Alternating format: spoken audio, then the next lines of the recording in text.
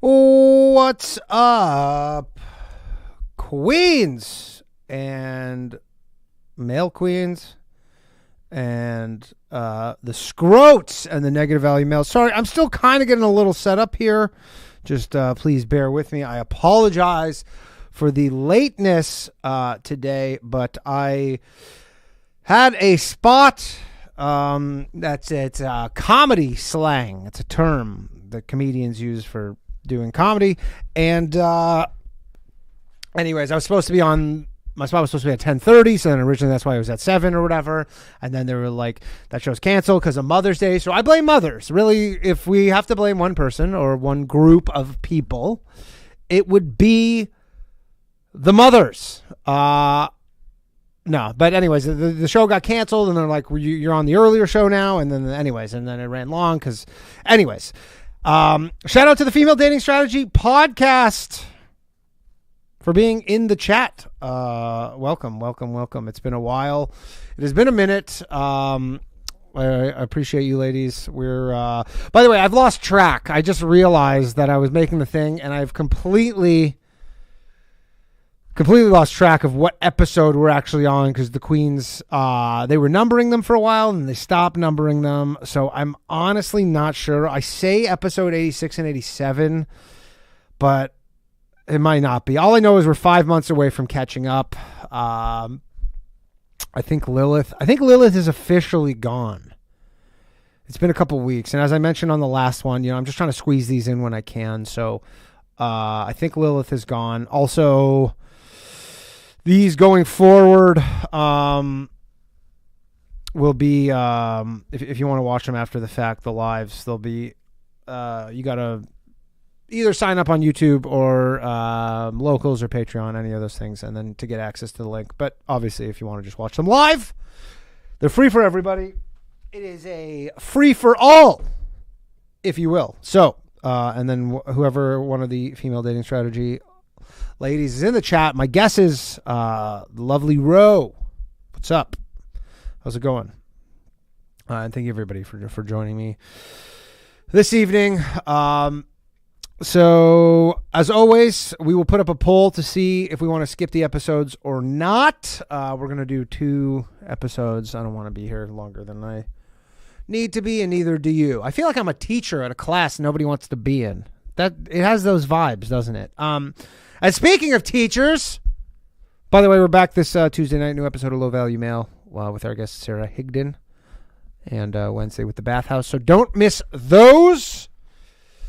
All right, so whatever episode this is of the Female Dating Strategy podcast, I don't really know, but it's titled "Why University Greek Life is Structurally Pick-Me" with Jana Matthews. I don't know who that is. I probably shouldn't know who that is. Nobody knows who that is. It says she wrote a book dissecting the sexual politics of fraternities. I mean, literally, it's pick me. Like, you're trying to get picked to be in a sorority. That's like saying the NFL is a structurally pick me. Yeah, everybody wants to be in it, right? Unless I'm missing something. 0017335 says, don't post the skip till the first 3 minutes. Good idea. And as always, we're watching this on 1 1/4 speed. And then, as always, I literally can't believe that you people could be watching anything else right now, yet you're doing this. And that's why I keep coming back. I've said it many times. I'm very much hoping this is some sort of Good Will Hunting scenario where I go to fire one of these bad boys up and there's just 0 people watching. And I go, my job's here is done. My job here is done. All right, so we're going to get this fired up episode, whatever episode this is, I don't know. But I'm going in the order that YouTube provides me, so we've lost track. I have some sort of FDS delusions. I don't know. Maybe that's not the right term. That's probably more what they have. But all right. All right, no need for that. Episode, whatever the fuck this is, 86. And the skip, and I'll put the vote up shortly. All right, let's go, Queens. What's up, Queens?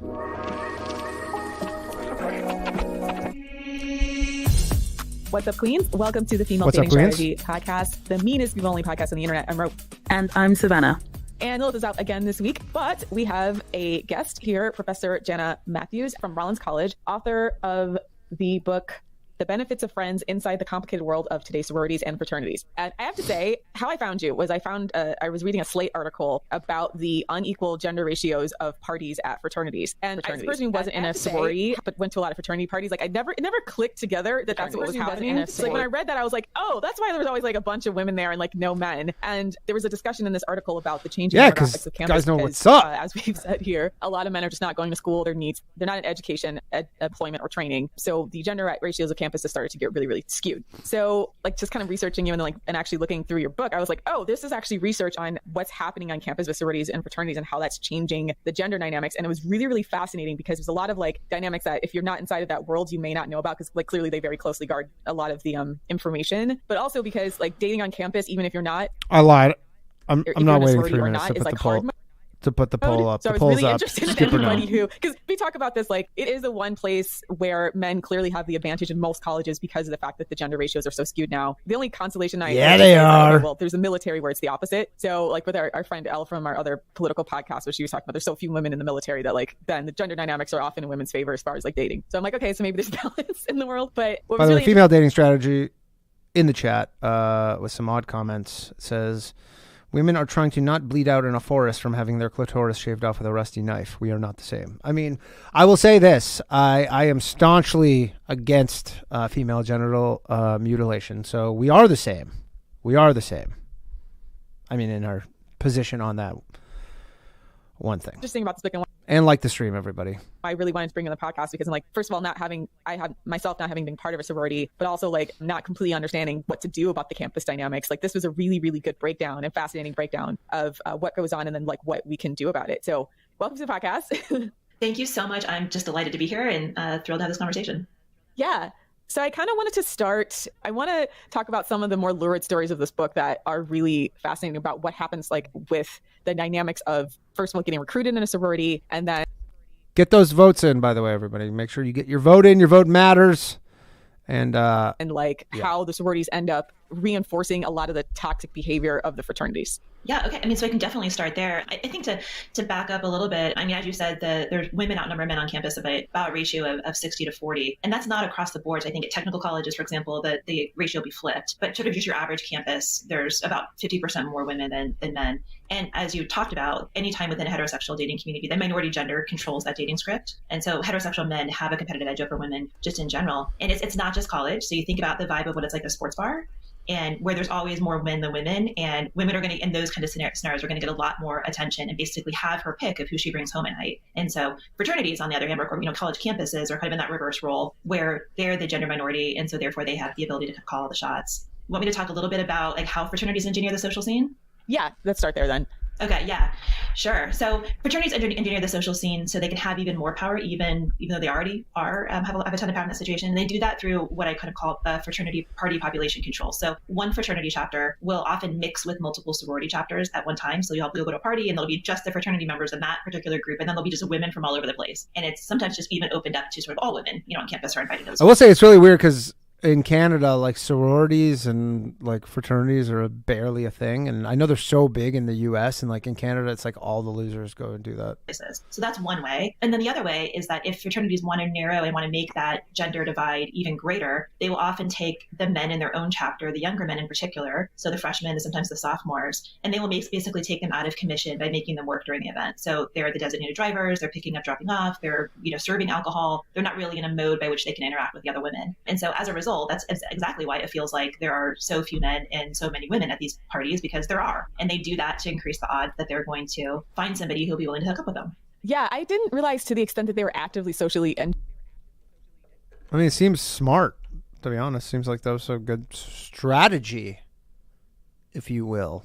That's a strategy. Engineering that. In hindsight, it just seems so obvious, right? But I just, for whatever reason, because I wasn't plugged into the fraternity sorority system, like I would just kind of go to the parties when I would hear them advertise. It didn't occur to me that they were deliberately trying to skew that ratio. So like hearing that as like a concrete thing now makes sense to me. Like, oh, okay. It was always set up for them to have the strategic advantage. And as ourselves being a strategy focused podcast, I love that that's being highlighted in like your book, because for people who don't know, who are somewhat outsiders like myself, know that when you're going to the fraternity that they are deliberately trying to engineer the ratio so that that the women are in the majority enough to. Is this like whole book about like, hey, FYI, college men are pussy crazy? Can you believe it? Guarantee that their frat bros will be able to hook up with somebody. Yeah, absolutely. It's 100% strategic. And even the research that I did, and I had the opportunity, I served as a fraternity advisor on my campus. So I worked with we call it a high tier chapter. So one of the most desirable chapters on campus. And so I worked with them for several years and went to all of their events and kind of observed them. But then I also visited dozens of campuses around the country and also talked with people from over 50 different universities to try to make sure that like what I was seeing on my campus wasn't just unique to the culture of my college, but was reflective, and heard multiple times and saw in many instances that it was vote people strategic, right, to the point where they will say, we need to get more women here. The ratio isn't great enough. And so then they would send out texts, or they would have the women who were in attendance say, you need to get your friends here. And so leave and don't come back until you bring X number of other friends with you. So besides just the ratio, how else are fraternities engineering the sexual scene to guarantee their hookups? Like there's a few points in the book that I'll point out, but I'll allow you to take the floor first. Sure. I think the other way that they do it is just structurally. So on any campus, there will always be more fraternity chapters in relationship to sorority chapters. So they're on, a given campus, there's one that won't say the name, but there are 7 sorority chapters, and then there's like 18 or 19 fraternity chapters. And so each sorority chapter, the way that sororities work is that they try to spread out the number of members fairly evenly. So each sorority chapter will have roughly the same number of women. And then the fraternity chapters, on the other hand, there is no rule or regulation. So you could have a fraternity chapter that has 5 or 6 members, and you could have one that has 100. And so what that really means is, again, like if you have a fraternity chapter that is mixing with a sorority or multiple sororities, you're always going to have more women than men just by virtue of how that system's set up. So that's like one kind of big way that they do that. The other way that it's sort of structurally engineered to increase hookup culture is that fraternities, they're allowed to serve alcohol at their fraternity houses. They can have parties there, and sororities are not allowed to. And that's across the board. And the reason has to do with liability. So sorority houses are beautiful and gorgeous, and you can just sort of look on any Town and Country or Pinterest board and you can see these pictures of these mansions, and they're stunning. And obviously the organizations that run them and own those houses do not want them trashed. So they have really strict rules about who can enter into that space and what events can be housed there, and almost no social events can be housed there. And then they even have extra rules preventing or governing sororities off-campus parties. But off-campus parties if you have to rent a space, it's expensive, it requires a lot of planning, there's money involved, and so it's not really a viable option. Fraternity houses are usually a lot grosser, and the reason is because they can have parties there, right? And they don't care. Word. Yeah. Right. And so they have and fraternities have this massive liability insurance clause in there that allows them to take those kinds of risks and invite people into their space. And so as a result, women are. Get your votes in, people. I don't know what's going on with my computer either, but when I press pause, there's like a fucking 1 second really delay partying here. in the social scene on Very college campuses annoying. Take place in fraternity houses almost exclusively, or the local campus bars that are attached to Fraternity Row. And so men control how much alcohol is consumed, who consumes it, where, when you're having a party essentially down the hall from someone's bedroom, the odds are that the party is going to migrate into one of those spaces becomes pretty high. Yeah. And I don't know to the extent that this is true, but I know there was rumors in a lot of different campuses that part of the reason why there weren't as many sorority houses was because of old school brothel laws. But I didn't know if that was true or if that was an urban myth. No, it's not an urban myth in some senses. And that law originated particularly in the South. They had rose up at the same time as women were coming to colleges in general, and that women lived in boarding houses. And so because there wasn't any space for them to live on campus, they were barred from living on campus. And so it was sort of basically a anti-feminist, anti-women enactment to try to get women away from college campuses. Most of those rules are sort of highly outdated. Why would they want to do that? Sororities do have houses, and that's not an active kind of rule or law. In fact, there are almost an equal number of sorority houses and fraternity houses, at least in the sense that if there's a chapter, then a sorority might have it. We'll have a house. But there just are more fraternity houses, and because there are more fraternity chapters than sorority chapters anywhere. One of the things I found fascinating too was the date engineering that also goes on from fraternities. I didn't know that there was specifically them trying to coerce individual relationships. Yeah, so that's a strategy that I think that sororities use actually, I think, to fight back against this gender ratio disparity. So if you are a sorority member, a heterosexual sorority member, you might think. It's so funny though. I have to say that the fact that clearly the main part of this argument is kind of women are winning big time. In the college stuff, they go women they're graduating more. They are getting admitted more. In this whole thing, unless of course they're just going hugely into debt, and then these pieces of paper they're getting are fucking worthless, which is kind of the case for some of them. But for the most part, in this realm, they are winning. Women be winning. oh my gosh, like there's really no chance for me because I'm playing the odds, and it's like playing Powerball every time you walk into a fraternity party. And so what sororities are doing is that they form sorority teams, and I kind of call them like Peloton. So in the By the way, you got 1 more minute to vote. 1 more minute to vote. Tour de France, which is a professional bike race, you've got riders, they ride in packs, and one will lead for a little bit, and then they'll drop back to the back, and then the next person will take his place. And the reason why they do it is because it's a way of distributing the workload. So the front rider takes the headwind, but only for a short period of time. And so each person kind of gets their chance to rest and recover, and then also lead the team. And so if you are a sorority group or a sorority chapter, the odds are not really great that you're going to have to fight your way to the top road to the finish line on your own. And so you need help and assistance. And so what they do is they need a peloton, and in French, peloton means platoon. And I really like that kind of militaristic metaphor because that kind of is what they're doing, is going to battle. And so what they do is a sorority member will claim a man, and they have to have some sort of evidence to prove that it's not just a far-fetched, right? They have to be DMing, they have to be hooking up, or they have to have some kind of tangential connection. And then all the women mobilize to help assist that sorority woman make a connection with that man more permanent, whether it's, hooking up with his friends or sort of greasing the wheels, trying to put them in places where they can be together. And the goal is that if they can get that woman with a fraternity man at sort of a semi-permanent hookup partner in an ideal world, like a boyfriend-girlfriend scenario, then that benefits them because then they have access to that particular fraternity chapter. And so that's really how, sororities sorority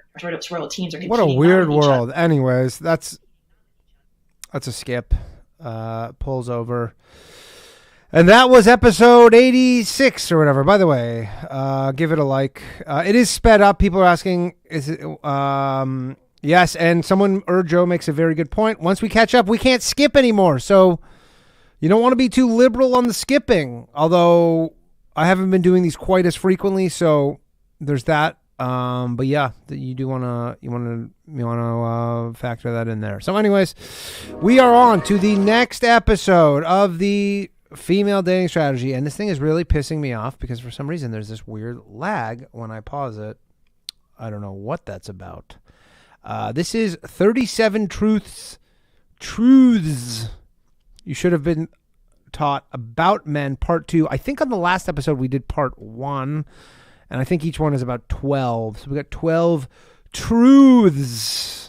The Female Dating Strategy says low value Wi-Fi. No, it's not the Wi-Fi. It's something with the streaming.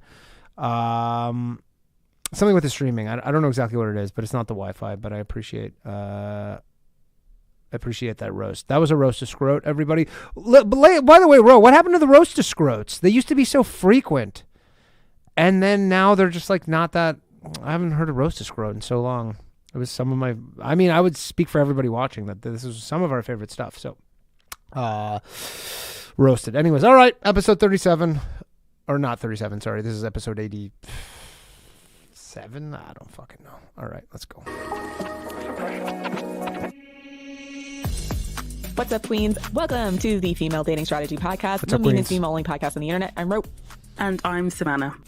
And Lilith is unfortunately still out today. She's still recovering from her medical issue, so we're wishing her well. Yes, we miss a buttercup still. Yes. So wish you well. Get better, Lilith. This episode will be part 2 of the 37 truths that we should have been told about men. We will link the first episode in this description, so you can re-listen to that at your leisure. But yeah, let's get right to it. Wildly popular episode. Mm-hmm. Yeah, I was not surprised by the popularity, but I was happy that it was popular because it just shows that we at FDS, we are seeking to challenge these harmful dominant narratives that women are being mass fed by the media and other men. Now, when we last left our heroes, we were on number 13. Yes. So this is what we call the sex stack we're about to enter into. So these are all myths. The sissy stack. Around sex. Sex and men that sissy stack we should have been told, when we're growing up, and things we should be told at the moment. So, number 13.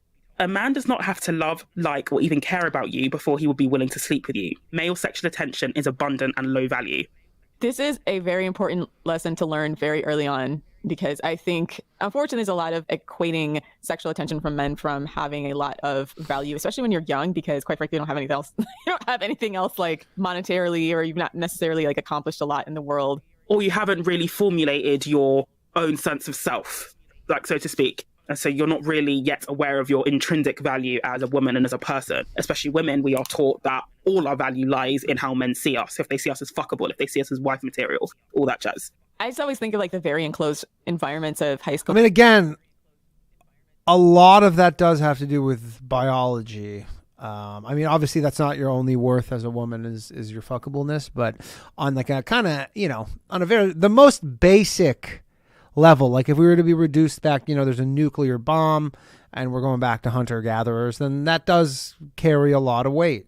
In college is that it's easy to feel like that your entire value is your sexual value in those types of environments, right? And we just had that discussion with Jenna Matthews about the sexual currency of like sororities, right? Because it's really easy to fall into that trap because I feel like the entire environment encourages it. And so you don't really realize that it means nothing until, well, I'll say for some women, and some women have said like it doesn't occur to them like how low value it is and how it means nothing until like they realize they can't really turn it into anything tangible, right?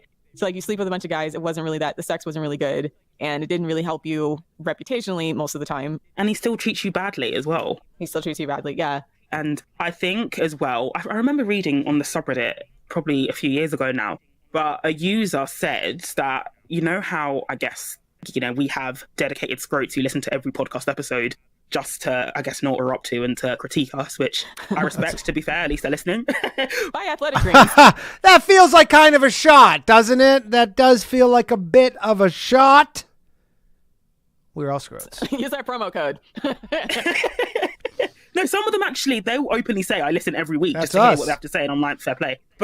And so she was saying that sometimes it's actually good to be around low value men, obviously at a distance, but just to know how they think. And all the men I know who are promiscuous, who sleep around, the way they talk about the women they sleep with is absolutely disgusting. And it isn't even like it's just like, it's absolutely dehumanizing. I remember Why are you friends with them? Why are you friends with them? One time I was speaking to a guy and he literally referred to women as the cunts I slept with 10 years ago. Like literally referred, honestly verbatim. That is how he referred to them. At the time, I was obviously coming into my own sexual self. I was like angling to see if I could have something with this guy. But that just gave me the ick. I was like, there's no respect there. Absolutely none. There's been a couple of awakenings in that's that a regard lot for me as well about how poorly men talk about women they sleep with. It's the worst in college because there's a lot of sex and then there's no filter, right? I just remember like a couple of guys mentioning girls and like talking about them like they were absolute dogs. And it was kind of ridiculous. Like, I mean, you're disgusted with them, right? Because it's like, well, you slept with her too. And half the time it would just be something that she was into that was a little bit like freakier than what they were into. And then I'm like, but you still had sex with her and now you're turning around and acting like she's the problem. Like, that's actually insane to me. But men literally don't see anything wrong with that. And it's just boggles my mind that you can think of somebody so badly and still sleep with them and still think that you look good. Like, it just boggles my mind. There was another guy as well. Again, I was like angling to have like a FWB or like venture into sex with him. And he literally, I shit you not, spent an hour meticulously rating all of his exes in terms of like their bedroom skills primarily. And I was like, I do not want that to be said about me. Yeah, exactly. And that's just a hallmark of low value male. Like, they can't keep their fucking mouths shut. Because even if all of that happened, it's like, why are you being like Chatty Patty and Gossiping Gabby? Babbling Brook, yeah. Chatty Patty. What's it to you, right? It's like, those are the type of men you want to run Babbling away from Brook. anyways, because the dick's probably going to be whack. But also, like, they're not discreet. Like, aren't you a hoe? Like, you don't know how to keep your mouth shut, They're just like the type of guys who they're clearly doing it for the ego stroke. You know what I mean? Like, if you had sex with somebody, you don't necessarily need to discuss it at all. Like, what was the point? It was just to create drama and denigrate that person. And so, like, I would much prefer to be with a guy who I know doesn't, like, go around, I guess, trying to collect women like trophies so that he can inflate his frat bro's ego. Yeah, I mean, just like Rose said, I do think it's, women and girls would be mindful to learn very early on that men will find most things, sexually attractive. If you think about it, the average man doesn't see a naked woman like very often, especially not in the flesh anyway, which is why, so many men are porn sick, but we'll get on to that. But the average man doesn't see a naked woman very often. So, I mean, not in real life anyway. So, when you see them, salivating over a woman on like a Reddit subreddit, you just know that it isn't coming from a place of true admiration, true respect, true appreciation for her beauty. It's just coming from their coomerism. And it makes you see it differently as well. And this is also why, like, going back to the argument around lookism, this is also why I don't envy my sisters who are perhaps more conventionally attractive, because even though they may get more attention, it really doesn't translate into better quality attention at all. These... By the way, everybody, please like the stream. I'll give away a channel membership. A Scrote channel membership. That's 1 month of being a Scrote over on YouTube. Gives you access to absolutely everything. $5 value. Wow. Like the stream. Kuma men, these men who don't respect women for sleeping with them, even though they will sleep with them. You know, they're still going after these women, and their looks aren't going to make these men treat them any better as well. Yeah, that's a unfortunately hard lesson to learn. If you let men commodify you, they'll treat you like a commodity. And that's something to be used and like disposed in a lot of ways. So, number 14. Men will tell all sorts of lies to get a woman to have sex with them. Oh my God. All sorts of lies. I think for me, the biggest one is the blue balls myth. I actually believe that was a thing when I was like 14 or 15. Okay, first off, blue balls is not a myth. I'm sorry that this whole fucking delay thing is really annoying, but blue balls is not a myth. Blue balls is very real. That is a very real thing. Also, yes, men will tell lies and women will physically present themselves in a false manner. You're both lying. It's just in different ways because that's the, both parties are lying in the ways that they think can attract the other party. Women will literally, they make themselves look different than they do. They paint their faces. They'll use filters, they'll angles, all that stuff. And guys are like, they fudge their status and their qualification. We're both playing the same game. I'm very happy I Blue had balls a is class real. that at least told us that was not true at all and not to let men manipulate you into that bullshit.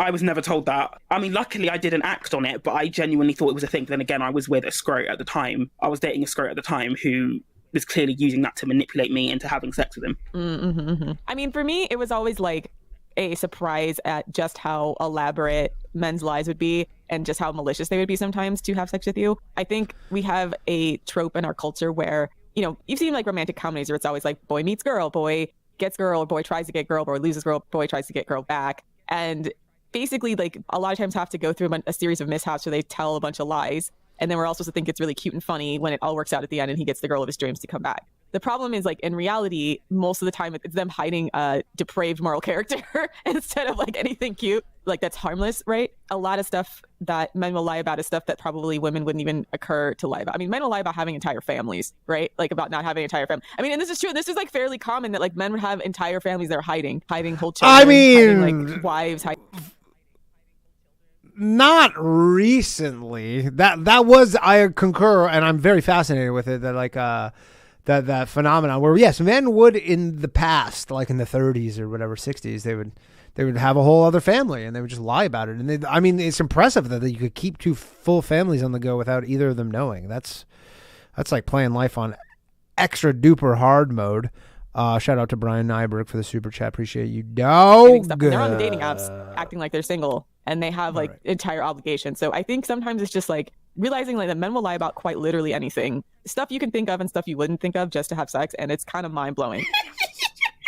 I mean, I don't put anything past men at this point, unfortunately. I think you just don't realize that lying is part of is like a power move, right? Like they're basically like shitty car salesmen trying to offload a terrible product. So if you think of it that way, that like basically a lot of them are lemons, so they have to slap a coat of paint on it and try to get you to buy it before you realize all the problems with it. That's essentially why men try to front load with a bunch of bullshit and lies, because they're trying to, I wouldn't even call it love bombing all the time, because sometimes they're not even considered enough to try to like seriously woo you, but they'll just try to portray an image long enough for you to have sex with them, and then they can, win that interaction. So that's what Red Pill is about. That's what the game is about. That's what pickup artistry is about. It's just short-term sales. It's short-term, high-pressure sales to get, because once you have the sex with them, then they've won, quote unquote. Yeah, I mean, this particular truth, I actually learned it in the church, an active member of the church. I remember a lady basically at Sunday school, as we called it then, basically just, came out with this.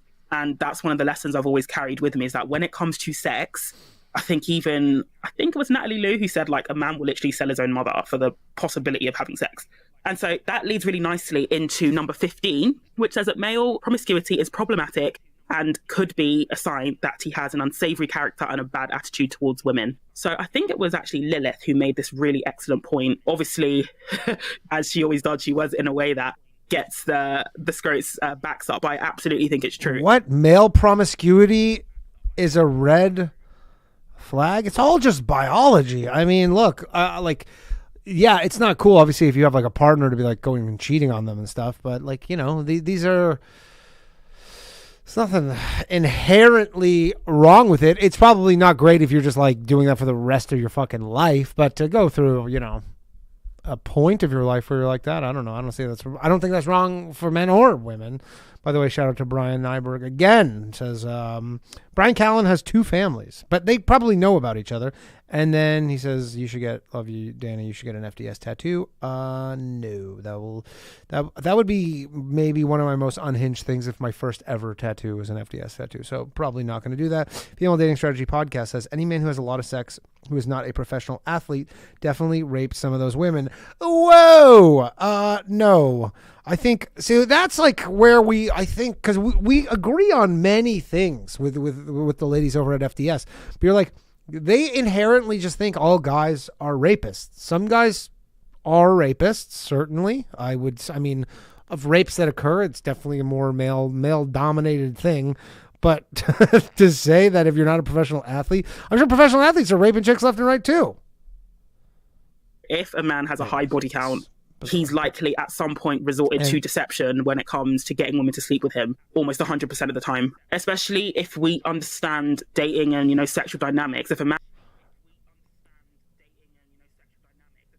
Sure, deception. But deception is the same with physical deception. If you're being like mentally deceptive, and I guess Female Dating Strategy says, makeup's just an aesthetic and, fake angles and all these crazy stuff and, using filters, that's just an aesthetic. But that's deception. That is quite literally deception. I couldn't. And also, how many guys have ever been with some chick and then you're like with her after like see her a few times and all you find out that she, spills the beans and you find out that she is just absolutely fucking mental and she held it in as long as possible and you go, all right, well, would have liked to know that early on. Man is average looking, right? He hasn't got a harem of women that he can easily convince to have casual sex with. It just doesn't really happen very often. Even celebrities, for example, if you look at their sexual history, they've also resorted to either deception or outright rape just to get women to sleep with them sometimes. So if it's your average Joe and he has a body count that's in the 3 digits, for me, that is a gigantic red flag. And I know that this is controversial in FDS spaces, but when I've been dating, that's the reason why I always ask about a man's sexual history, because if I hate to say it, body count, but if the number of past sexual partners is too high, for me, that's not really something that I want to engage with, because it's almost definitely accompanied by a really, really bad attitude towards sex. You and Andrew Tate, lady. A really shoddy attitude towards women. That's a double standard I have because I don't judge women in the same way because we're less likely to enjoy sex. There's more pressure around sex for women generally. But when it comes to men, that's a standard that I have. And this is where you really got to watch Medium Ugly Men. I don't know what this means, medium ugly. What does that mean? Oh my gosh, you missed the Medium Ugly drama Twitter wars. Medium Ugly Men are men who are not quite ugly, not quite attractive, right? Is that most men then? Is that your average man? Yeah, I mean, truthfully, because I feel like average is like nondescript in any type of way. Medium ugly to me is like... The Female Dating Strategy Podcast says, a man who has a high body count definitely did it dishonestly. I mean, some guys are good looking. What is that? What about guys who are just naturally very attractive? Like, I don't know. It's a Pareto distribution. They just get more. A man who's just like slightly like... Kind of how it goes, completely describe, but it's like a guy who's just how it is. Can you give me a celebrity example of somebody who would be medium ugly? Of like who medium ugly? I've seen Timothy Chalamet. No, I wouldn't call him as like medium ugly. I wouldn't say he is. I don't think he fits that description. Can you think of like a celebrity who would fit that description? Like Donald Glover. Because he's like medium ugly. You know what I mean? Okay, yeah. Okay, got you. What? Let me think of another medium ugly guy. Okay, I've got you. Yeah. He's got everything. So I have to think another like what's his name from Harry Potter? Elijah Wood is like medium ugly, but not that guy. The other one from Harry Potter. Daniel Radcliffe. Daniel Radcliffe is like medium ugly. Okay.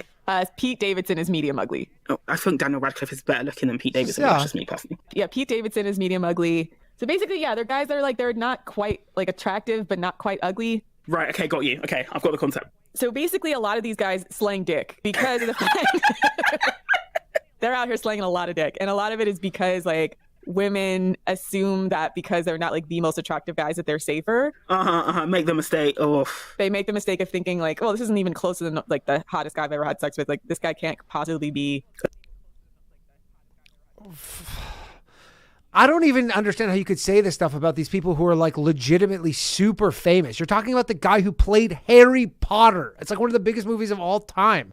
You don't think that guy's just having absolute tons of ass thrown at him left and right just for the fact that he's Harry Potter. And then Pete Davidson is the classic social proof thing where you're just like, he has been with so many hot chicks at this point that there is, and so many famous celebrities and stuff, that nobody even needs to vet him. You don't like, they're just like, look, the vetting has been done. Nothing, like, no woman would be like, oh, I'm not sure. You're like, look, he's been vetted by what many women consider to be like the top of the whatever classy or whatever the fuck, top of the barrel ladies. Is top of the barrel even a phrase? I don't know. But like, he's been vetted. So women are just like, yeah, well, what do I need to know? It can't be bad. Can't be that bad. That's great. He went from that's Kim not Kardashian true. to Emily Ratajkowski that, in like a guys week in or this some range, shit. a lot of times they're a little bit more practiced liars because they know that they have to work a little harder to build rapport with women so that they can have sex with women, and because like they're a little bit insecure about being ugly, so then like they really, really, really are trying to perfect their way of manipulating women into sex to feed their ego. It becomes like everything's like a desperation fuck because they kind of low-key know they're ugly and they want to prove to like the attractive, successful guys that they're the shit, right? It's an ego stroke thing for them. Like it's 100% like them trying to force their way up the male hierarchy through deceptive practices with sex. It's almost quite homoerotic in that regard. They're not doing it necessarily for themselves per se, but because males generally prioritize or they regard sexual activity as one of their successes of being male, I guess, that they engage in that. Because again, when I've spoken to promiscuous men and really delved into why they are promiscuous, how's that homoerotic? A lot of the times even they're not having a good time. And it's like, it doesn't make sense to me to literally be going out of your way to find women you don't really want to shag. I mean, sometimes I will agree that there are men with legitimate like sex addictions who get caught on that fucking hamster wheel of that life, and that life sucks. That seems like it's fun at first, and then the thing is there's no end to it. You don't win that game. That is just a game that you perpetually play. It never ends. It has severely diminishing returns. So I do agree with that. But female dating strategy here is saying that Pete Davidson is a mentally ill drug addict who female celebrities with fading relevance date for attention. Female celebrities with fading relevance like Kim Kardashian and Emily Ratajkowski. I'm not sure about that. I don't know. I'm not sure about that fading relevance. And he smokes weed. He's not a drug addict. I've met him several times. He's also the nicest guy, like literally the nicest guy. And you will never find, honestly, like in the comedy scene, anybody who has really like a bad word about him.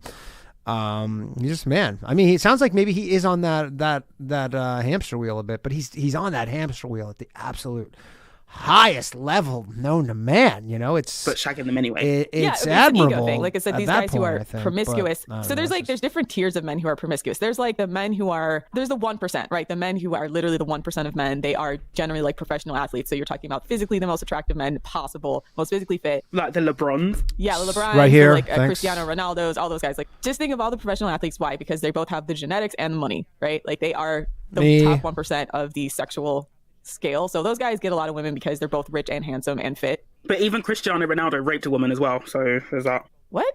Yeah. A woman accused him of rape several years ago, and he admitted that she said no Allegedly. several times during the encounter. So he's a rapist. And actually, he is also, I would call him medium ugly because like when he first came out, you can see pictures of him. He was just not like, he was squarely Cristiano Ronaldo. Ugly, I'd just say ugly as well. Given Is his medium like, ugly? as well. The fact he's a rapist, I think he's ugly as well. So yeah, he raped a woman. So I think with men like that though, and I would say the same thing with like Kobe Bryant, who also raped someone. I don't know what the laws are, so I'll say allegedly raped someone. But guys like who are in the top 1%, they get a lot of women who are trying to have consensual sex with them to the point where they get affluenza and they get really entitled. So then those guys end up sleeping a lot of women because they are so entitled sexually. So any woman they think they should have, they feel like, you must want me. I'm such and such, right? I'm that kind of celebrity. And some of them are also playing like catch up as well, because I knew some semi-pro basketball players in Europe, and like one of them admitted to me that he didn't get any attention until he was like 19, 20. I guess he had like a mini glow up, and it was almost like he was trying to play catch up for the years he'd been just completely ignored by women. And so some of them almost have that as well, like they're trying to play catch up and trying to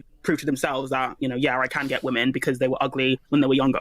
Yeah, a lot of them are weird, like straight weirdos, and the only reason they get attention from women is because they're in the league. And that could be any league, honestly. There's like pretty much any male-dominated profession has groupies for it. So, but just think of the fact that there's certain men and they're millionaires who they're mostly promiscuous because they genuinely have a lot of access to women, and then some of them are also like just get really, really entitled, and or they're low-key incels who lucked up because they're really good at a sport. And then you have guys who are nowhere near that. They're like medium ugly. So if the average person's 50%, they're just at like 49. 48, 49. So like, or maybe they're ugly, but they have like a hot haircut, like a haircut that a hot. Rose asking, except comedians. Are there comedian groupies?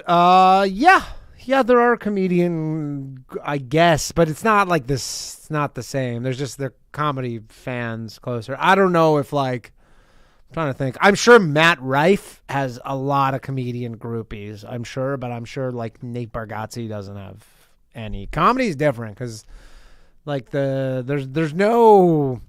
They're not like rock stars or athletes where people are like, they're just clowns, I guess. So that's where we're at with this. That female that introduced that is so sad. Yeah, guy would have, or like a nice smile, a nice smile, and like their fit is I'm really sure Dan Cook swaggy. had So like they some always like Crystalia. have the freshest Crystalia. gear on. So yeah, so those guys, it's a whole different ballpark for them because like they still have to like convince women to have sex with them, and so a lot of it is through high pressure sales, deceptive practices, and they're more likely to want to triangulate because again, it's ego. So they want to do things to get you to be obsessed with them because then they could go look at all these girls that are crazy about me because they're dying from approval from the other guys as well. They're just black holes of needy validation from women. And so all of their sexual strategy is like deceptive practice. Or if it's like Pete Davidson where it's rumored he just has like a really big dong. Like Pete Davidson is a thing right now because he's become like the rebound boyfriend you go to get attention. Because like now with the celebrity women, they know like, oh, if I date Pete Davidson, then I can get the paparazzi to come, etc. And then allegedly he has a big dong. So, but he's also like super unpredictable, a little bit mentally ill. Well, That's kind of true, I guess. But I just wanted to point out that he's a there's good guy, like though. different motivations. The red pill always talks about like, oh, the guys at the top of the food chain and that those guys are alphas, etc. The red pill basically teaches medium ugly men to be pussy scavengers and like used car salesmen. So like, I just want to talk about that because like a lot of women who encounter red pill, they're not counting red pill from like the really top tier attractive guys. They're counting it from all the medium ugly men. And like, that's why it's because they're not attractive enough to just get women immediately interested in them off the strength of their physical attractiveness or even their personality. It has to be like manipulative sales, manipulative tactics, triangulation, high pressure sales, etc. or future faking, shit like that. They have to do manipulative stuff. And that's quite a bit different than the men who are actually like physically attractive enough to consistently command female future attention. faking. Number 16, men are more likely to transmit an STI to a woman than the other way around. So this is often not spoken about, and this is partly why I feel like male promiscuity should be shouted Probably. about more often generally, but that's a different conversation. This is spoken so about. I've actually got a fact sheet up, which we'll link in the show notes, from the Center for Disease Control and Prevention, titled 10 Ways STDs Impact.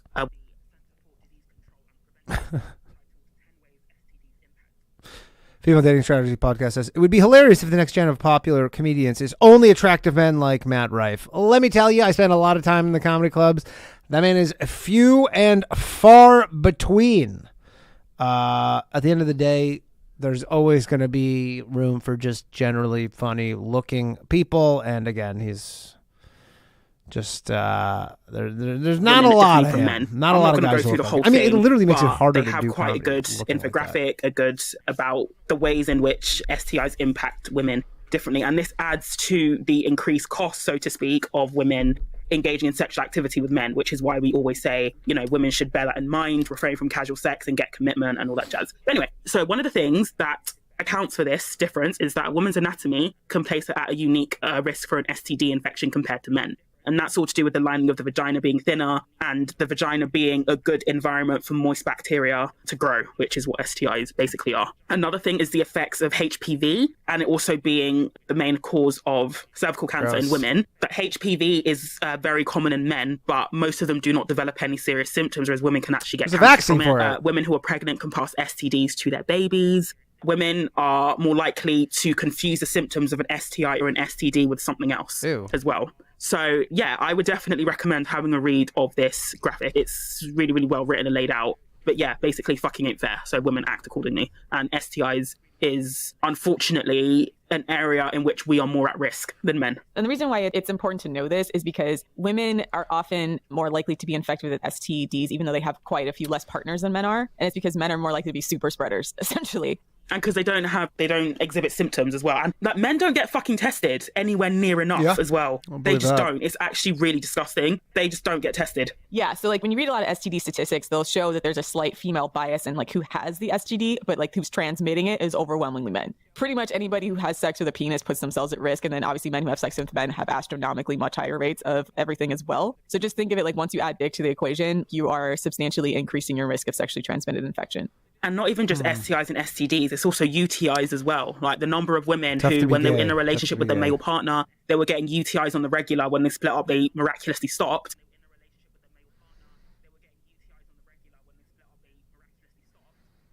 Female dating strategy says, is there a way to be a comedian where I don't have to talk or be around ugly men? No. There's not. That's pretty much the wheelhouse for comedy. Because that partner wasn't clean if you as don't well. like scrotes, that can also be something to consider as well. Is just general, I guess, like genital hygiene. Like if a woman is getting recurring UTIs, it's not because of anything she's doing. It's actually because of her male partner. Yeah, I think it's important to know that because like there's a lot of like, once again, MRA propaganda that it's like, oh, women are promiscuous and like, oh, these women out here have herpes, etc. And a lot of it is because it only takes one man working his way through a population to completely devastate populations, devastate like the health of a population. So I feel like that's important to know because your risk is always higher. Men have more partners on average than women. And men are more likely to spread it. So just remember that once again, when you're dealing with men. And they're less likely to get tested as well. Less likely to get tested, right? So when you're dealing with men, your risk is higher, his risk is lower, and act accordingly. What's up, Queens? This episode is brought to you by our sponsors, Athletic Greens. AG1 by Athletic Greens is a nutritional drink that you can drink every day for optimal health. I've been taking AG1 every morning after the gym, mixed into a green smoothie. Like, porn is completely normal and healthy part of your relationship. And I guess it's still going on. And I think there's just been more of a generation. Use promo code BoysCast. Yeah, there was like a really big push. And once again, I'm a millennial. There was a really big push in media at one point that like, oh, porn is completely normal and healthy part of your relationship. And I guess it's still going on. And I think there's just been more of a generational fight back because like, once again, we're all watching porn. We're like, how is this helping me and my sexual experience at all? Like no one ever like actually draws the line for me anywhere because so.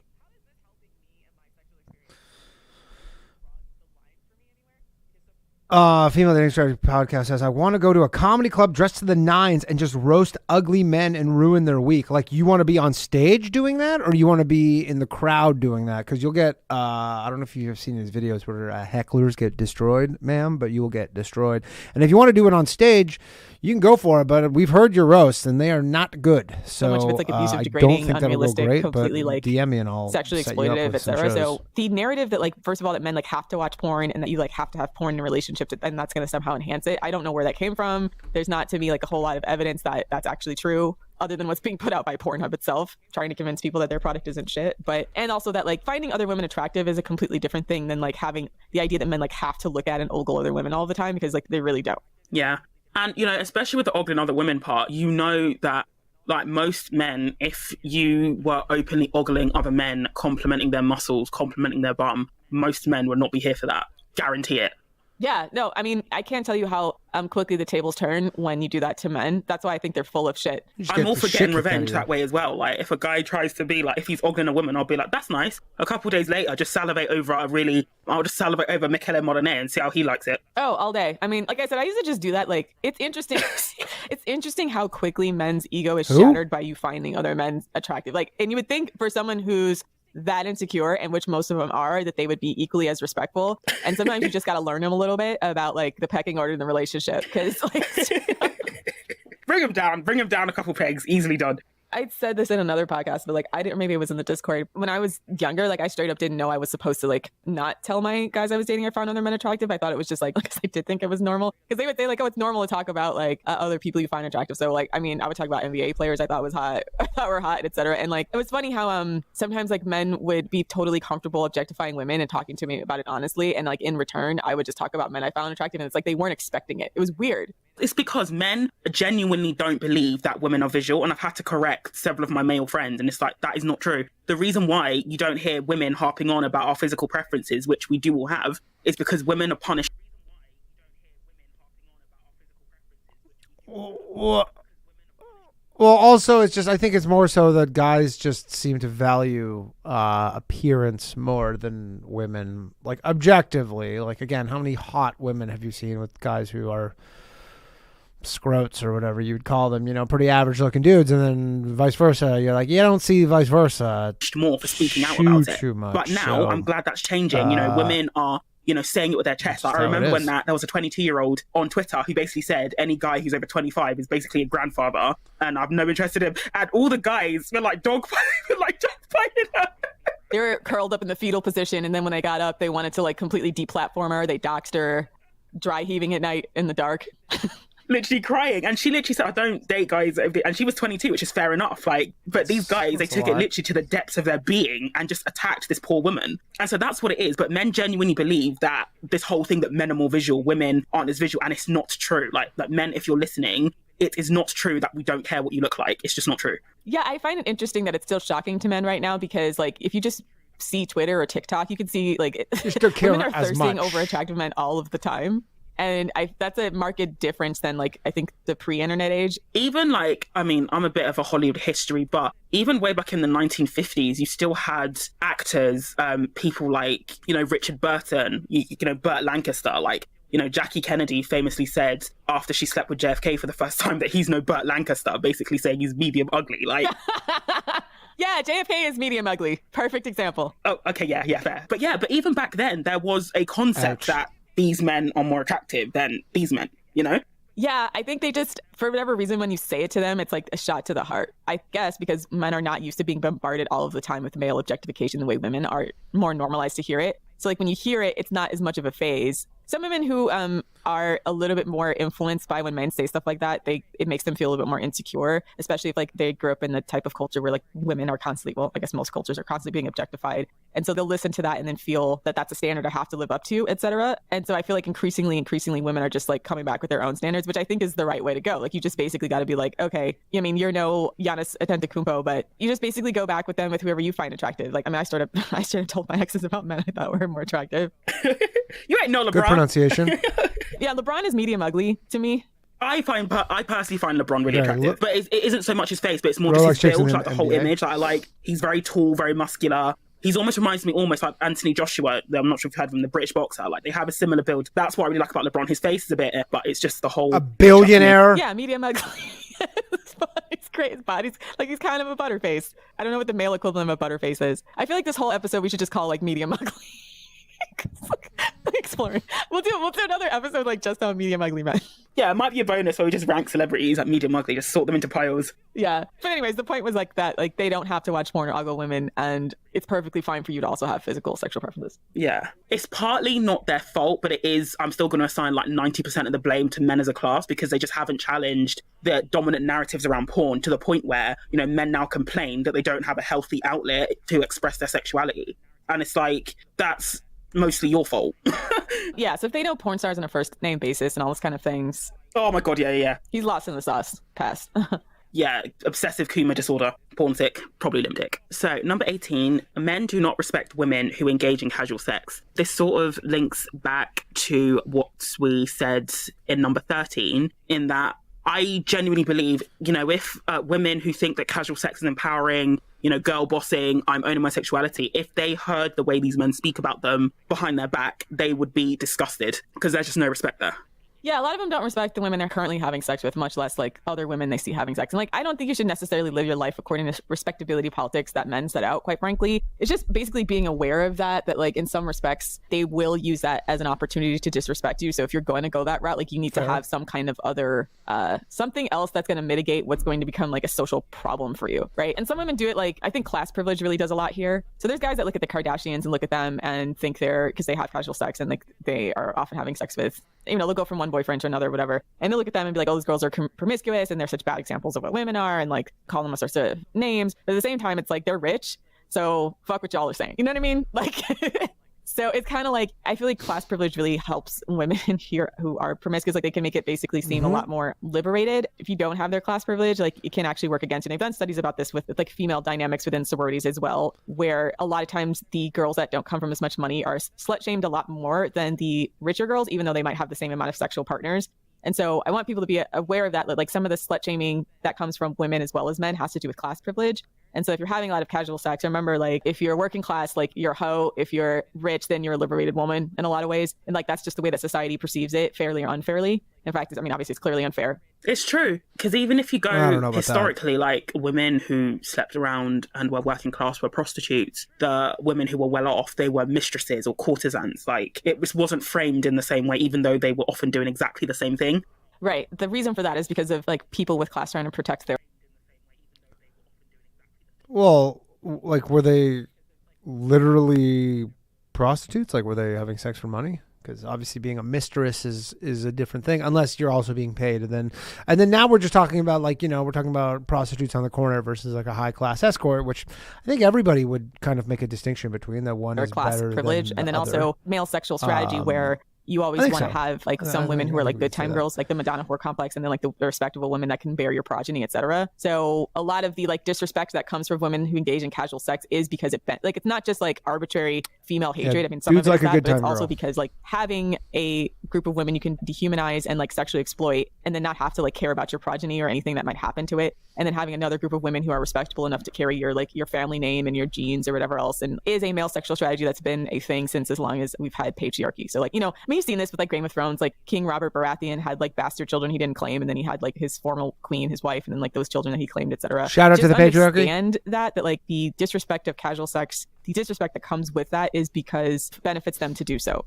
in many, many, many ways. In some ways, I feel like it's a bit difficult to like deprogram that from society in the way that I think a lot of feminists hope, like, oh, a woman should be able to sleep around and not be judged for it. And like, they're not going to judge you publicly anymore. Like, I don't think there's as much like slut shaming as there used to, like, at least from what I can see, not nearly as much as there used to be as far as like public perception about women who just engage in sex. At the same time, there is still like that deep born prejudice because of the fact that, again, male sexual strategy benefits from that. So they're always like intuitively aware of that, to the point where like they will always like in some way try to disrespect women who have casual sex, even if they don't say it out loud, because it's not socially acceptable anymore. Yeah. And I feel like women are slowly waking up to it as well. Like, you see some, for example, sex workers, even though it's slightly different, but essentially what they're doing like is the stream. casual sex and being paid for it, right? What they will say is when they're sick of seeing the 10th John in the row who basically leaves, you know, shit marks all over their sheets or is not clean, they'll literally lament and say, you know, why can't they just be clean for us? And again, it goes back to that lack of respect generally towards these women. It's completely unwarranted on behalf of the John, because, you know, wipe your fucking ass, be clean. But it's just the idea that there is, in a man's mind, and I think they compartmentalize this quite quickly. There's the woman that they respect or make an effort for, and the ones that are not worth the effort in their minds. Yeah, exactly. I mean, if you're paying for sex, they're paying for the disrespect. They're paying for the commodity. They're paying to not have to give a shit, because a woman who they're not paying would force them to actually be attractive to her, like in theory, right? So I think just be aware of that. Like, you don't want to end up being like a free prostitute, like we said, or giving guys a lot of free pussy subscriptions if you're not getting a lot out of it. And from our experience and from most of the women who have talked about, it's like, if you're sleeping around a lot of men, chances are most of those experiences are disappointing. Like, you're probably better off really narrowing down the amount of men you sleep with to like the good partners, even if you're going to have multiple partners, etc. And that takes some time, but like, stop doing that. A lot of casual sex sometimes also means like your standards are probably low, like way too low for the men that you sleep with, because just thinking of like the odds that you're having consistently good sex, and even the women who talk about, like, even the women who brag about being super sexually liberated, we see this over and over again. Like, a lot of the sex therapists, etc., will talk about having had a ton of bad sex. So it's almost like you have to start vetting men and for both their level of respect for you as well as their sexual performance. And that's probably going to cut down on the amount of sexual partners you'll have naturally, just to please yourself, you know.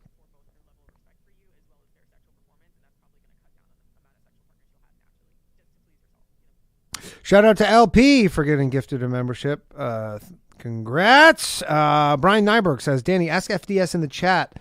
Now, when is the collaboration with the Boys Cast happening? They're anonymous, so I don't think it's in the works because they are anonymous, unfortunately. So, but I mean, if they're in the chat still, cutting like what men even feel about the equation, because like, honestly, fuck their opinion. We could have a banger of an episode, Bugman versus FDS. I mean, like, I don't care that they don't respect women. It's just more like, you should only care insofar as it becomes a problem for you, and insofar as it thwarts your ability to live your own life and have your own pleasure. Unfortunately, some girls who get the casual sex rep, or like to get the quote unquote rep, it becomes almost like a self-fulfilling thing where men hear like this girl sleeps around and then they all think like, oh, we can disrespect her or do whatever, right? It's not fair, but that's sometimes what happens. So because once again, sexual strategy, they want to be able to use women as disposable. So it's just like, if you are a casual sex person, I don't think most women are like extremely promiscuous, even who do have casual sex. That's mostly like they just meet a guy, they like him, they want to have sex, etc. You just have to be careful that like you're picking your partners wisely, even within that, and making sure they're fucking discreet, number one, so you don't even have this problem.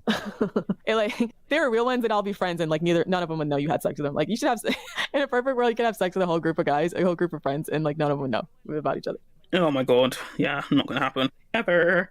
So number 19, men tend to always view their female friends as a potential sexual opportunity. I think this isn't a reason to not be friends with men. I just think it's something that women have to be aware of, because too many men don't understand, and a lot of men have actually said this themselves, and I think that women would be wise to listen, in that they see nothing.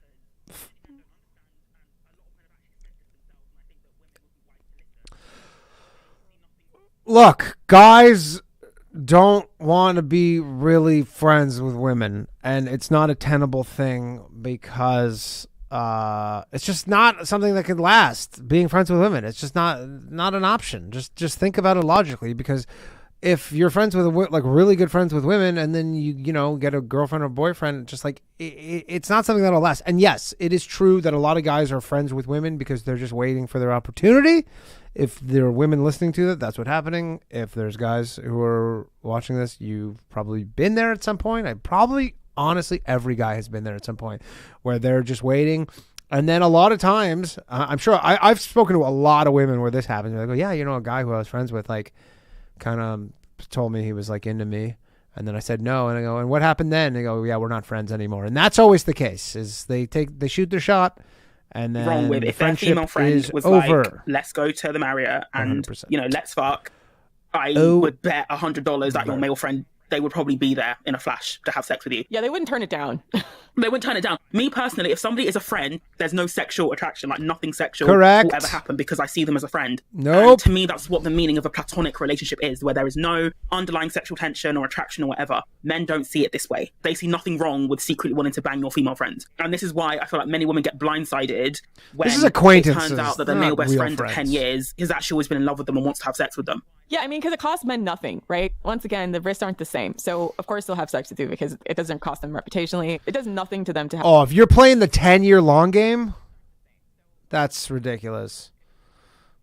Have sex with you, it costs them nothing, Yeah, if you're playing the 10-year long game, and they see was another ridiculous. sexual opportunity, which, that's as we know, men aren't that's exactly too long of a long game dripping right with, there. especially if they're medium ugly. And so, if there is a woman who is in close proximity to them, they just see her as a potential opportunity one day. It doesn't necessarily mean they'll act on it explicitly, but I think it's always in the back of the minds of a lot of men that if she was up for it, I'd say yes. Yeah, because it's like, it's nothing to them, right? So even if they weren't attracted to you, quite frankly, they'll still have sex with you. So even if they're a male friend and they've never made an interest in dating you because they feel like you're not attractive, they'll still fuck you, right? So they'll see any type of women as a sexual opportunity because, once again, costs them nothing.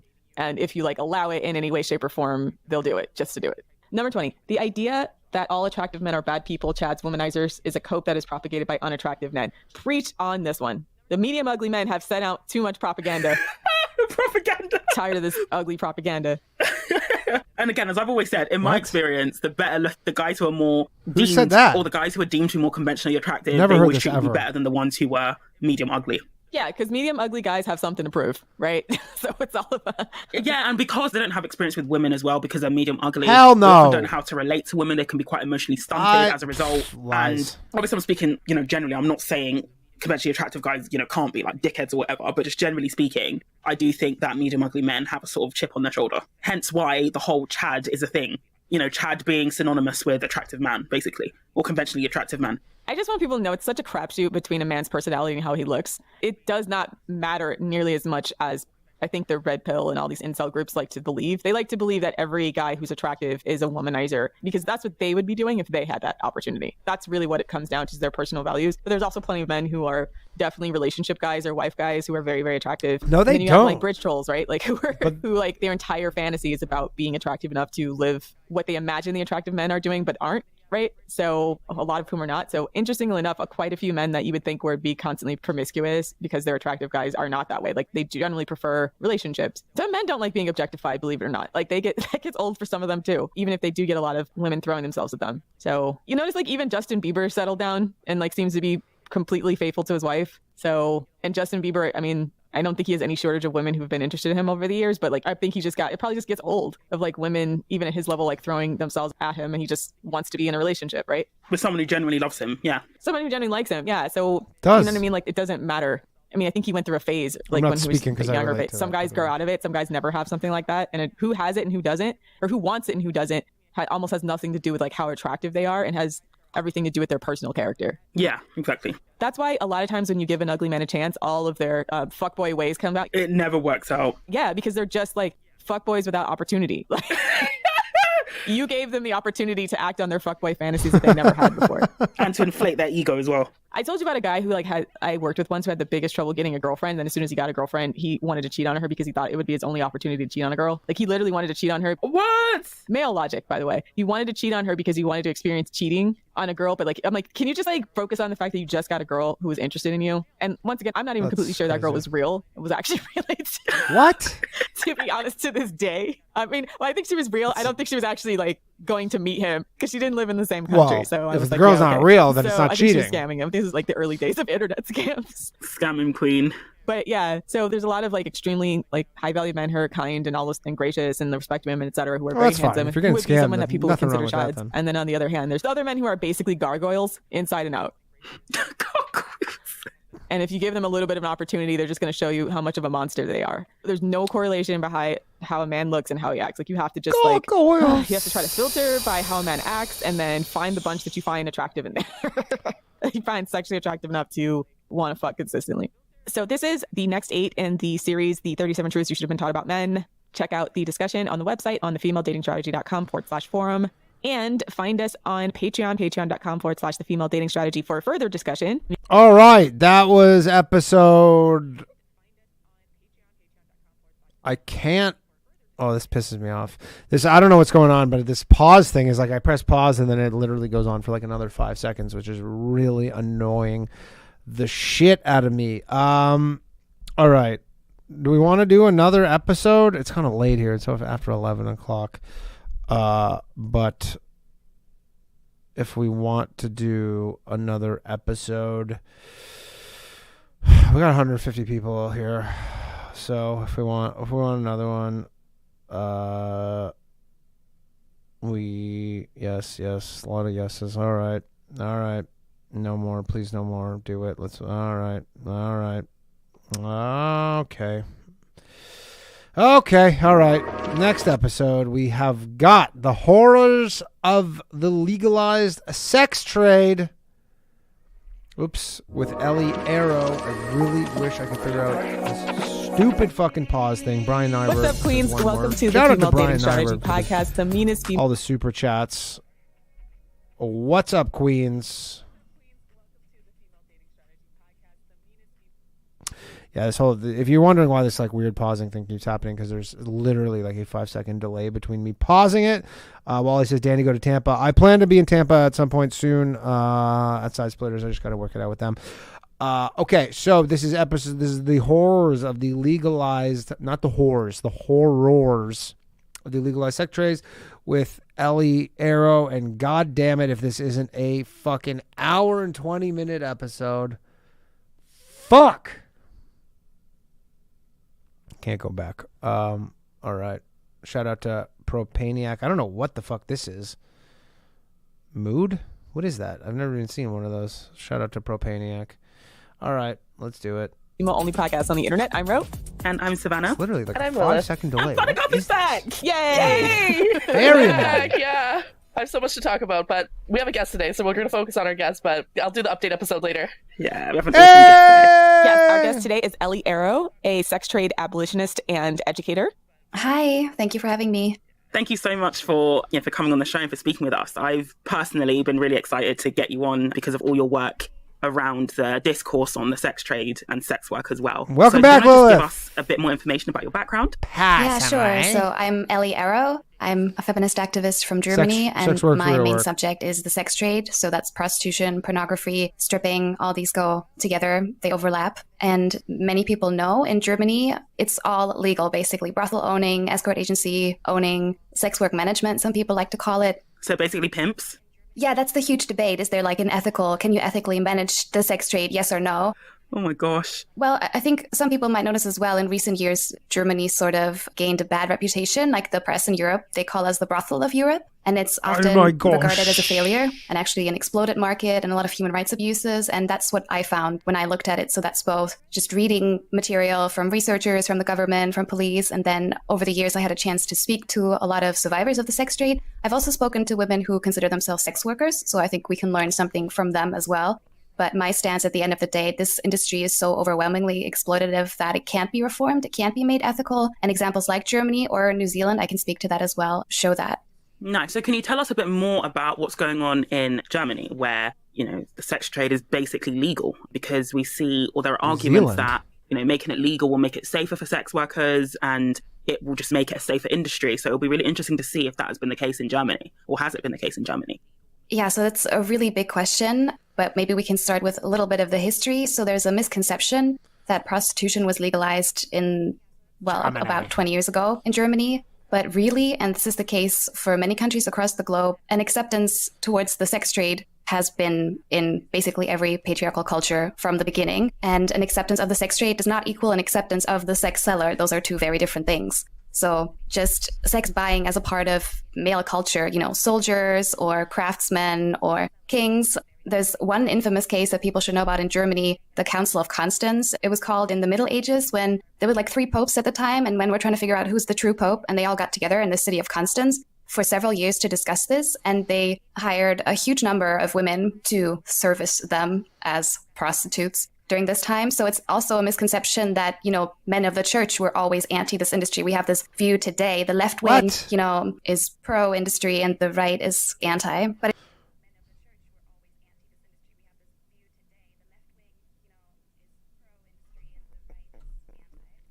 What? So they took us several years to figure out who the new pope was, and then in the meantime, they're like, we're just going to bang a bunch of prostitutes while we're kind of just deciding on it? That seems it's way more complex. Kind of odd. So in Germany, there's a long history of tolerance for brothel keeping. So some of the streets where we have brothels today, brothels have been there for hundreds of years. 9-second delay. Really what happened about 20 years ago was that they abolished the mandatory health inspections of women, where there's a very long, ugly history in many countries, Britain too, I believe the US as well, where they forced women to undergo medical exams that weren't even necessarily always scientifically sound and that were invasive. I mean, you have to strip down for a doctor and these kinds of things. So we finally abolished that just 20 years ago, and then also clarified, yes, a brothel keeper is an employer, and a woman in the brothel or escorting or street, she's a worker, and this is a business. And this is supposed to give women rights. Like, for example, theoretically, on paper, she can take a John to court if he doesn't pay. And that sounds really good. But in practice, in prostitution, the John always pays up front,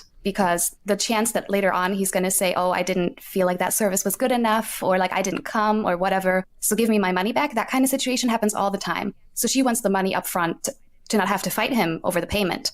And it's a fight she's unlikely to win as well, most likely, even if she did. Yes. I heard this story. I don't know if it's true or not, that if you're unemployed in Germany, that, you have to be applying for jobs, and, that women who are unemployed are, being given adverts to be prostitutes in brothels, for example. And so are there any examples of, first of all, I don't know if that's true or not, but are there any examples of where classifying it as a worker can actually be harmful to women and can actually expose them to more coercion? Yeah, there are both these examples of supposed rights that exist on paper that don't actually help, that are not practical, and also these harmful knock-on effects. There's tons of those. And so several women had to go to court to prevent exactly what you said from happening. So there were some cases of women, unemployed women, who were offered by the job office, you could go and work in that brothel. Some of it was stripping, some of it was prostitution, some of it was like being a barmaid. So the job office would say, well, we're not making her a prostitute herself. It's just barmaid work. But the women say, well, it's an unsafe environment. Even as a barmaid, I'm exposed to, nudity and harassment and lewd comments and all this. I don't want this. And the courts thankfully upheld their rights not to have to take these jobs. But someone had to go to court first. Whenever this happens, we can assume that there are other women who didn't even know that they had this option of protesting. So we don't know 100%, but I would assume that some women entered the sex trade because they thought they had to. And only after these court decisions were the job offices discouraged from doing this. But it might still be going on to some extent. And it could still come back as well, especially, legal precedents can be overturned. For example, Roe versus Wade. So even it's not a guarantee that it's forever going to remain, struck down by the courts as well, which is really scary for women. Yeah, and some people have suggested that prostitution should be, if it's a job like any other, then you should be able to do like a traineeship. Or what we have in Germany, I don't know if you have it in other countries, it's called Girls' Day. It's actually now for girls and boys. Like you spend a day doing a mini internship, as a teenager, a high schooler. Yeah, we have that in the UK. Yeah, we have like a week where you're an intern somewhere. Yeah, like work experience. So some voices from the pro-prostitution lobby have suggested that it should be possible to do that in a brothel. And that would, be making it equal and that'd be destigmatizing and things like that. And if you truly believe sex workers work, then I'm not sure what the issue is with doing that. Oh my gosh. And this is coming from the pro-sex work crowd, right? Yeah, and I think it's important for people to know that if you check the documents of who wrote these laws to make brothel keeping easier, unsurprisingly, there's brothel owner associations in there. And especially after the law, they can do lobbying quite openly. Like you can find their websites and you've got these escort agencies and brothels. Well, they have their own political movement, which is obviously, make it easier to open a brothel, decrease the bureaucracy on that, decrease the regulations. One thing that became harder post, I would call it liberalization rather than legalization because it was legal before, just with more laws on it. For social workers or the police to enter brothels becomes harder. They got the same problem in New Zealand. They can just flat out refuse entry for social workers. Social workers do these routine checkups, which again, if it's a job like any other, why are they doing this? To check if does a woman need help with getting clean from a drug or whatever her issues might be. They can flat out refuse entry, and the police needs a lot of, previous investigations and evidence and a court order to enter a brothel. I mean, this is a whole huge issue in of itself. The prostitution industry hugely, hugely overlaps with the sex trafficking industry. And so a good place to traffic someone to is actually the legal brothel, because the brothel keeper has all these rights and there are all these rules around anonymity and trying to protect women from outing.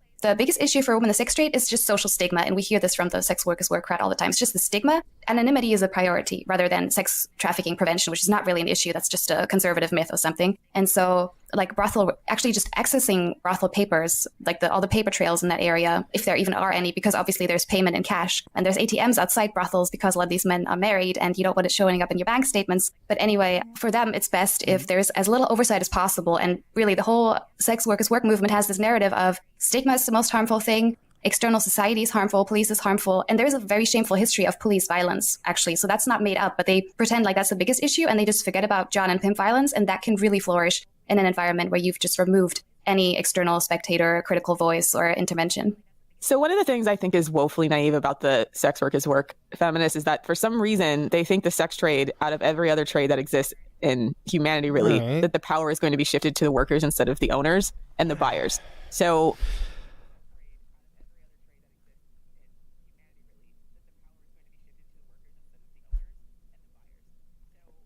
by the way, I just decided we're not going to do this whole episode. I'm going to, because it's too long and I don't want to be here till fucking 1 a.m. and this 10-second delay is driving me absolutely crazy. So we're going to put a pin in this. I'm not going to stop right now, but we're going to put a pin in this and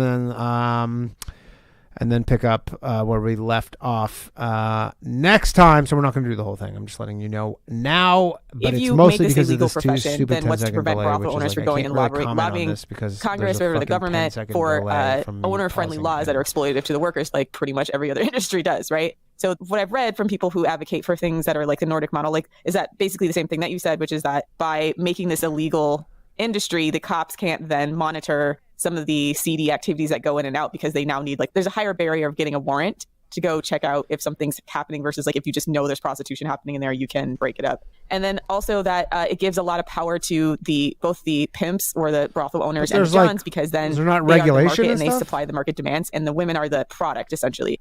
I think the way that libfems think about it is as women as service providers, and much like therapists, but that's not how it happens in real life, because this is a desperation job that women only do when they're very desperate, is that women are the product, and then they have to try to mold women to be whatever the local appetites that men have. And as we've seen in legalized sex industries like porn, that can get really extreme really quickly if there's no stigma and there's no reason for stopping it. Porn basically happened where wages were way down. The only thing that's kind of changed the porn industry is OnlyFans, and that there's a few women who are making a lot of money as independent. But even then, most of them started out in the traditional porn industry, which is they got paid peanuts. One of the most famous porn models, Lana Rhoades, said she barely made 6 figures and she did 80 films or something like that in 5 or 6 months. She did a ridiculous amount of films in a small amount of time. She barely made any money. She was coerced and pushed into a bunch of sex action once, some of which horribly traumatized her to the point where she's Oof. I don't think porn should be legal. One of the most famous porn stars ever is now I don't even think porn should be legal because of what happened to her.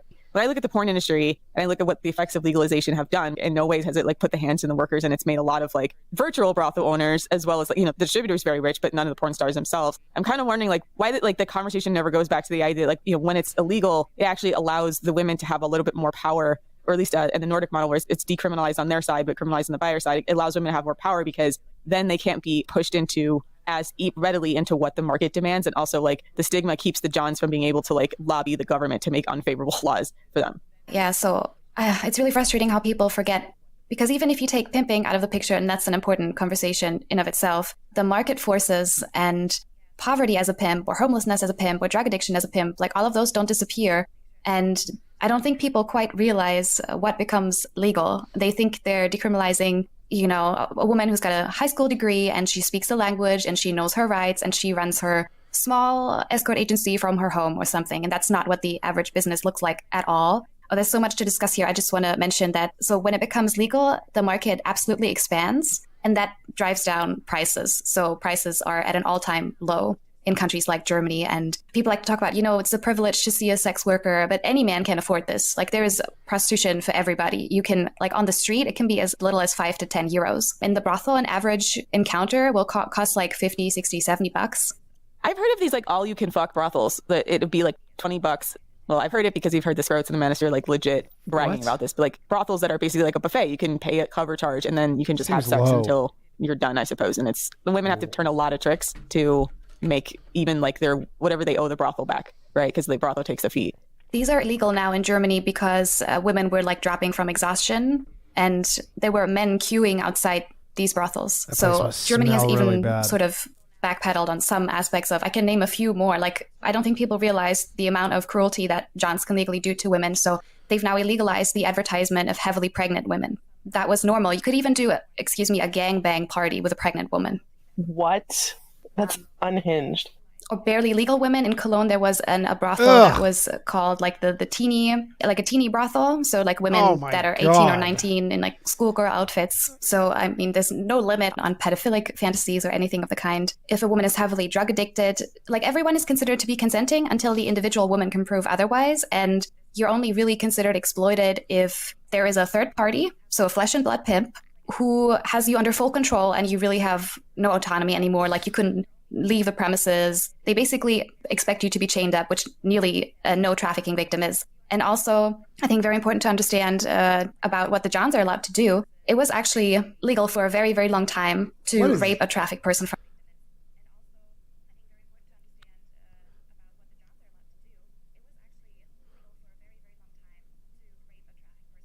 What the hell is going on in Germany? Money, because the idea is it's just a normal service. So if someone's trafficked, let's say, to a nail salon, which does actually happen, and if I get my nails done at a salon and they're trafficked, then I as a customer can't know, so I'm not held responsible. And the idea is that a brothel is the same thing, and therefore it's not a crime if I, as a John, I go there and I use women even though they don't speak the language or they got bruises on their bodies. All these are things that men readily admit to. I'm not going to get into any trouble because I was just a service user, and like getting my nails done or sex acts, whatever, it's all the same. And that's how it was legally treated until very recently. But now, how do you actually prove in court that he knew or didn't know, or there haven't been a large number of prosecutions? Like Johns are still not scared of any consequences. The only time that I see that men are a bit scared is when they encounter minors, which does actually also happen. And I mean, some people are crazy enough from the sex work crowd to suggest they call these underage sex workers. I don't know if you've seen that language. I find that so disturbing. If we go after these men too much, then the child rape will just go underground. And I'm like, is child rape better when it happens, like when the children are like visible, or the young girls, young boys standing on the street? Like, does that make the crime any less worse? Like, there's that too, the connection to child abuse. Like a third of the women who enter the sex trade enter as minors. So it's a minority, but that's a huge group. And many others are survivors of childhood trauma. That's not a stereotype. Like, we have clear statistics on that. There's been like a lot of discussion about like who is the sex trade workforce, and it's really hard to track in the United States because obviously it's a transient type job, but quite a few of the people who end up in the sex trade, I think from their best numbers, 30 to 40% of them have had contact with the foster care system of some kind. So you're talking about a workforce that is quite literally fed as a pipeline from abused, disadvantaged, neglected children who have been wards of the state in some type of way. So it's kind of scary. And the only reason they know this is because they're basically going by like arrest records. So when people get arrested for drugs or prostitution or something like that, they look at their background and sometimes they're already in the system. So when you look at that, you're like, wow, a huge percentage of like the training ground to be a sex worker is neglect and abuse. That's why like the idea of like creating like a job training or treating this like a normal job is absurd, is because like the neglect and the abuse and the ability to treat women like disposable objects are something that would only seem normal to a person who's experienced that already. And it's so disturbing because I feel like the sex workers work crowd are trying to normalize the idea that it's okay to treat people this way, and they seem woefully naive about what the actual sex trade entails. And the few women who are like privileged enough to, I guess, be like high class call girls are the ones that a lot of times over focus on, not realizing like that's in no way the vast majority of the job. And the women who are in it, who even are the high class quote unquote call girls, are still a lot of times being like vastly underpaid for their services and aren't really truthful about it until they leave.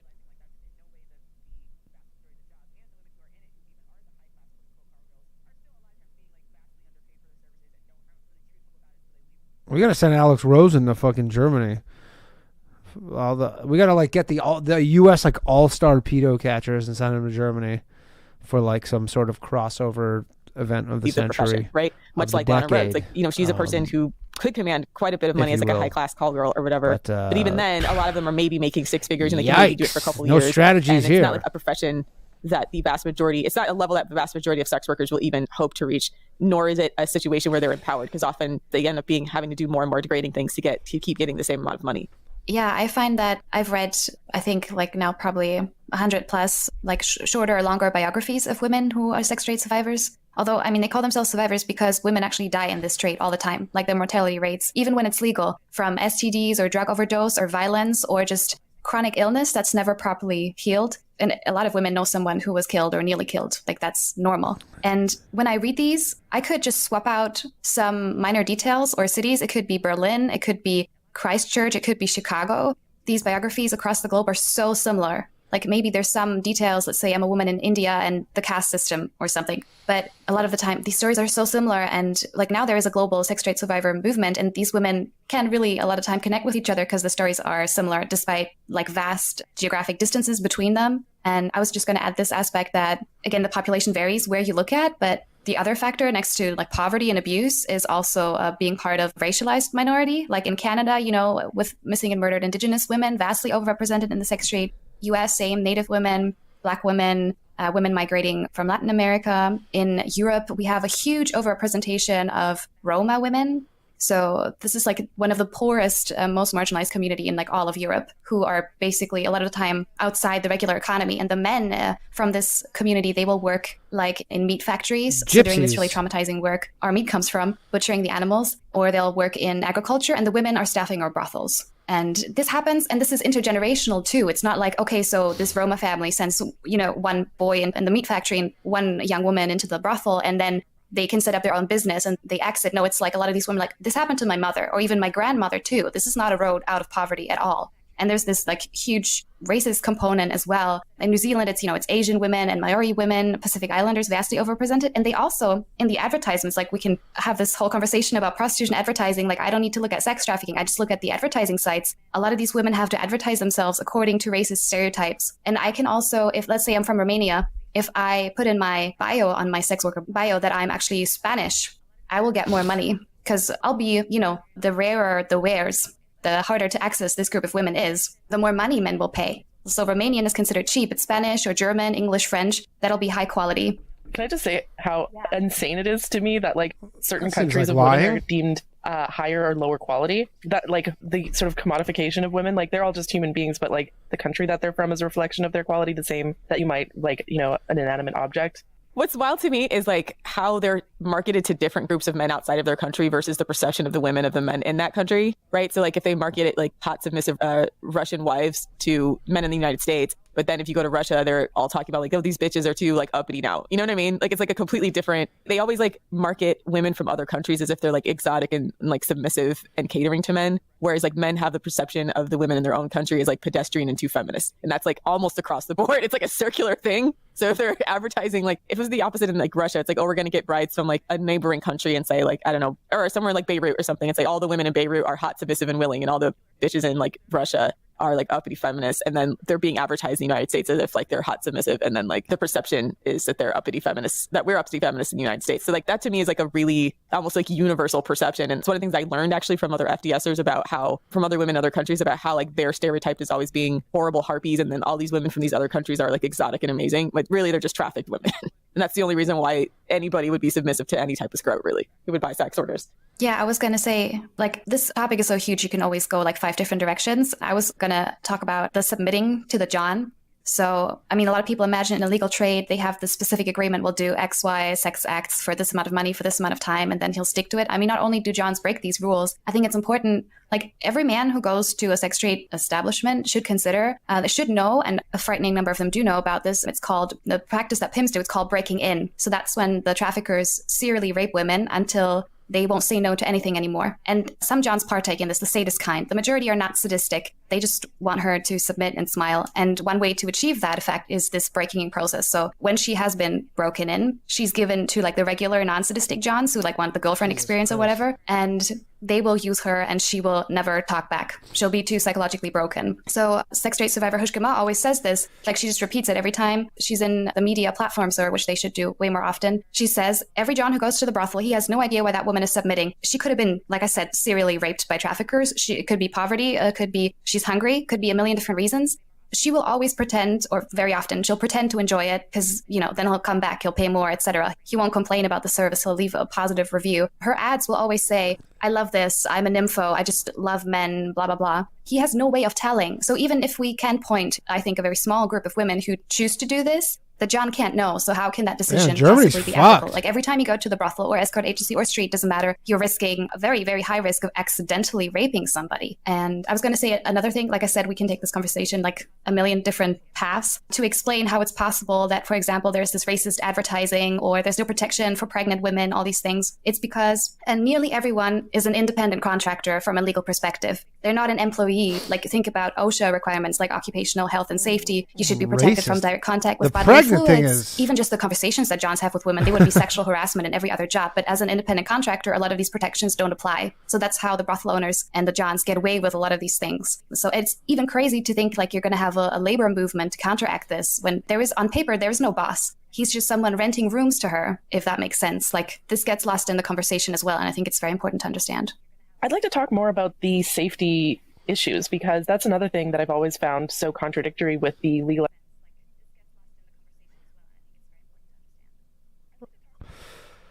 Oh, all right. It sounds like we got to ban the Whois. It's time to ban the Whois. All right, we're done. We're done, everybody. That's it. We're gonna take what